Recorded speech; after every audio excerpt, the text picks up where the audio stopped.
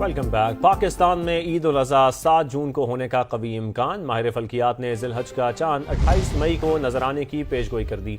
माहिर फल्कियात डॉक्टर फ़हीम हाशमी के मुताबिक 27 मई को पाकिस्तान में नया चांद नजर आने का इम्कान नहीं।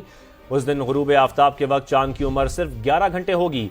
28 मई को चांद की उम्र 35 घंटे से ज्यादा होगी। अगर चांद 28 मई को नजर आ गया तो पाकिस्तान में ईद उल अज़हा 7 जून को मनाई जाएगी।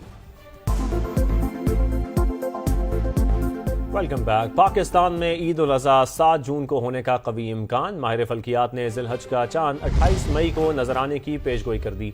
माहिर फल्कियात डॉक्टर फ़हीम हाशमी के मुताबिक 27 मई को पाकिस्तान में नया चांद नजर आने का इम्कान नहीं।